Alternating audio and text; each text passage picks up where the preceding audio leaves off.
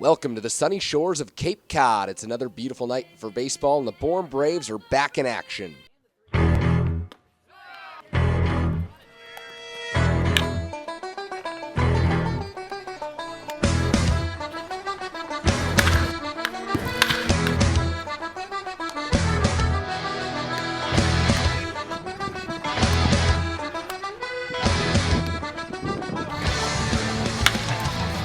Cape Cod Baseball League, where the best players from across the country come together and square off against one another. Episode 39 of Tomahawk Talk as we hit the final stretch run here in the Cape Cod Baseball League season. You know the crew: Liam Sullivan, Kerry Crowley with his new haircut, Troy Lynch, and I'm Chris Jones. All right, guys, the Braves able to clinch a playoff berth tonight and win 5-3 in 10 innings. And as you can tell by the camera and the darkness out here, we were barely able to get this game in.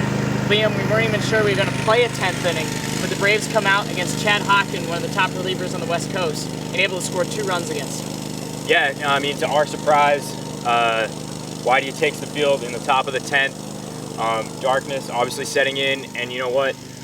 The Braves just were able to put together some really, really good at-bats in the top of the 10th inning, being very selective at the plate, not letting the pressure to get the game in, dictate their pace at the plate. They were being selective with their pitches. Harvey Shapiro, the Braves manager, wasn't too happy with their selection at the plate early in the night, thought they were leaving good pitches and, swinging at bad ones. And in the 10th, they were able to be selective. They ended up walking the bases loaded, the bases were loaded, they walk in a run, and then they draw another walk to get in a second run. This game ends 5-3. That approach at the plate is what is the key to the victory tonight. Kerry, not only are the Braves playoff bound, they're now over 500 for the first time this season. Yeah, only fitting that the day the Braves clinched their playoff berth, they move over 500 for the first time this season. It feels like it was months ago, years ago, the Braves were 0-6-1. That's how long this season felt.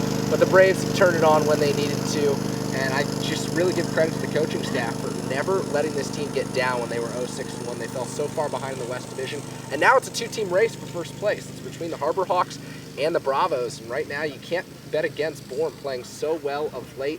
Like Liam said, that late inning approach, that's the approach that we've seen from the Braves to the plate over the past few games, over the past few weeks, and it's really paying off right now, especially when they touch up a guy like Chad Hawken, who's just been so good this season. Keegan Aiken got the start in this game. Seems like forever ago that we saw him on the mound, but was sitting 92 during this start and racked up the strikeouts. What a start by Keegan Aiken, and the Braves really needed it. Yeah, I'm really liking what I've seen from Keegan Aiken in his last 2 starts. I mean, tonight he struck out 7 batters in only 5 innings, and I think 7 of those came in 4. So he was dominant there.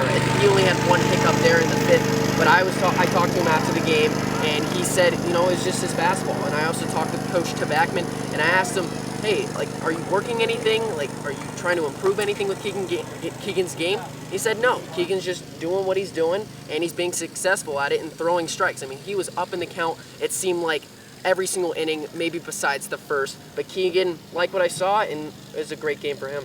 We'll kick it to Troy's interview with Keegan right now. The Bourne Braves win it 5-3. Keegan, you got the start tonight, and it was a dominating performance. You threw 5 innings and struck out 7. The last time you pitched, it was your fastball that was really working for you. Was that the same deal tonight? Yeah, it's the same thing. I mean, stick to the fastball was the plan. It worked last time and worked again tonight. 19-18-2. The first time over 500 this entire season.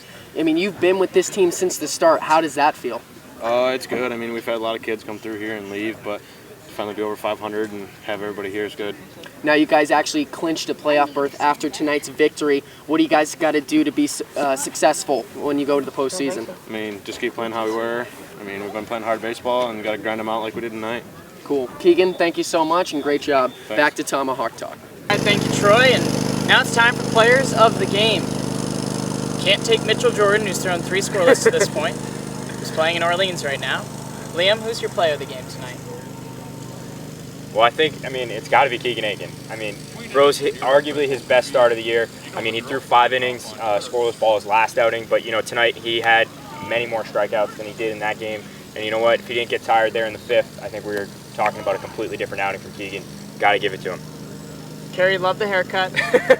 You're the only one. Who's your player of the game? Reed Humphreys, and solely for his at-bat, in the top of the 10th inning. Chad Hawken started him out with the first pitch slider when so many hitters, especially power hitters, are inclined to sit dead red with the fastball. Humphries was able to sit back, lay off it, and kept his weight back, worked the full count, which Humphries has done so often this season, and then was able to draw the bases loaded walk. Sometimes hitters at the plate have a tendency to push, to overcompensate when the bases are loaded with one out in the spot where their team needs them.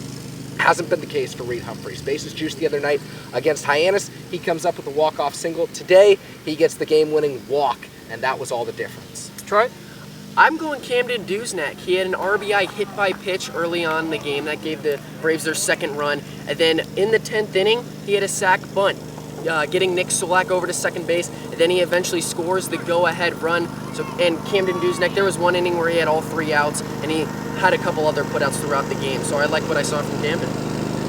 I'm kind of split right now. I think I'm leaning Jacob Robson. I'd like to put in a shout out for Jake DeCarli though. Yeah, He gets his first win as a Brave from LIU Post. Came into a ball game he probably didn't think he was going to throw in the 9th inning. Was able to get 3 outs in line for the win. The Braves able to score runs for him. So for Jake DeCarli, a shout out to you. But I think the Maple Hammer is my pick. Solo shot to dead center field for Robson. First homer with the Braves. He was on 2 other times tonight as well. So Jacob Robson, you're my player of the game. Can't forget Austin Conway, because if he allows a runner or 2 runners in the bottom half of the 10th inning, this game might get called due to darkness. We revert back to what the score was at the top half of the inning, which would have been 3-3. The Braves end in a tie. So Austin Conway, the mailman, was on schedule today. So the Braves are back in action tomorrow against Harwich at home. The Braves now, they've clinched the playoff berth. Time to go for first place in the West. They're going to try and catch the Hyannis Harbor Hawks, who sit 3 points ahead currently of the Braves. So the Braves looking for first place as we head down the stretch run, and we'll see how they do it here over the course of the next week. We'll see you tomorrow from Doran Park here on Tomahawk Talk. And makes the catch for the final out of the ball game. Ball game over. Bravos win. Fastball off the outside corner, gets away from the catcher Logan Ice. Here comes Garcillo. He scores the winning run. The Braves take it 4-3 on a wild pitch.